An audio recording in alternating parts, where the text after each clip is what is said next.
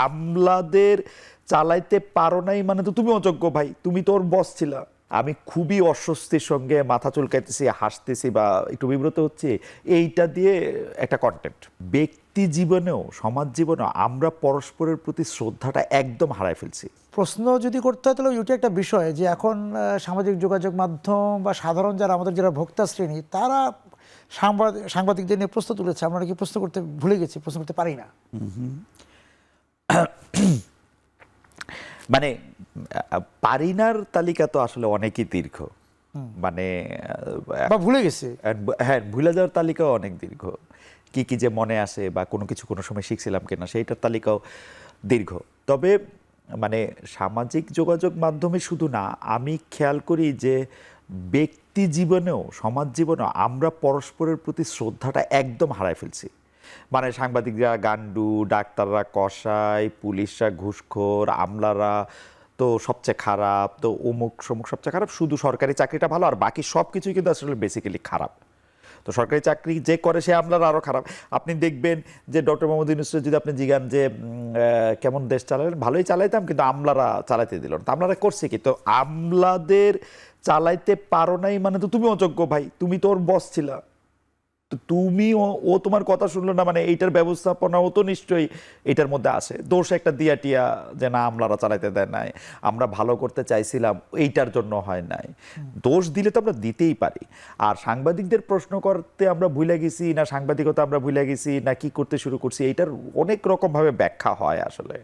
এখন চাইলেই তো একজন তুষার আব্দুল্লাহ যে কোনো কিছুরে কন্টেন্ট ভাবতে পারবে না আসলে। আমি একটা অনুষ্ঠানে গেলাম, আমি এক জায়গায় একজন বড় নেতার সাথে চেয়ারে তার বসতে বাধ্য হইলাম, উনি ভাগাভাগি করে চেয়ারে বলতেছে, বসতে দিতেছে, আমি খুবই অস্বস্তির সঙ্গে মাথা চুলকাইতেছি, হাসতেছি বা একটু বিব্রত হচ্ছি, এইটা দিয়ে একটা কন্টেন্ট। এটা কেমনে সম্ভব? আমাকে তো জানতে জিজ্ঞেস করতে হবে যে ভাই এটাকে আমি আপনার এইটা মানে আমি রেকর্ড করতে পারি কি না, বা এইগুলির কোনো বালাই না।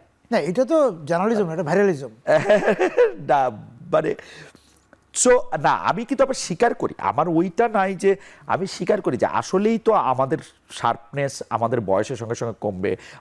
আমি এই বছর 52 হব, তো আমার তো আগের শার্পনেস থাকবে এরকম ব্যাপারটা তো এরকম না, এটা তো এক ধরনের দিকে আসে।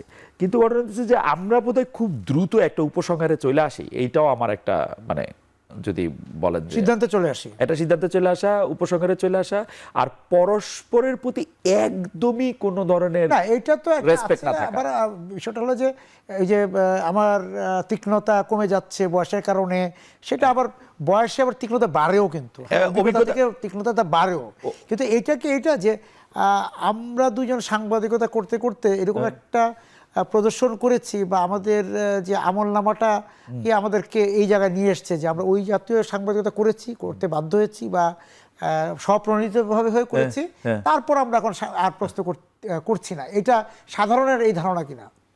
না, সাধারণের ধারণাটা বোধহয় এরকমই, কিন্তু আমরা কি করি নাই সেইটার বিবেচনা তো, সেইটা তো আমি তো আবারও বলি যে সেইটা তো একটা বিরাট লম্বা তালিকা হতে পারে, কিন্তু সব কিছুরই তো এখন ডিজিটাল ফুটপ্রিন্ট থাকে। আমরা যখন থেকে আসলে ব্রডকাস্ট জার্নালিজম শুরু করছি তখন থেকে তো আমাদের ডিজিটাল ফুটপ্রিন্টগুলি তো আছে মোর অর লেস। মানে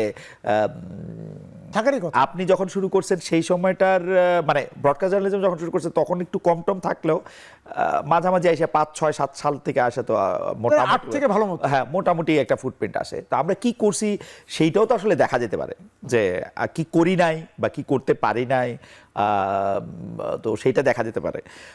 সেইটার চেয়েও আমার কাছে মনে হয় যে আমরা অনেক বেশি জাজমেন্টাল, বিশেষ করে সোশ্যাল মিডিয়ার যুগে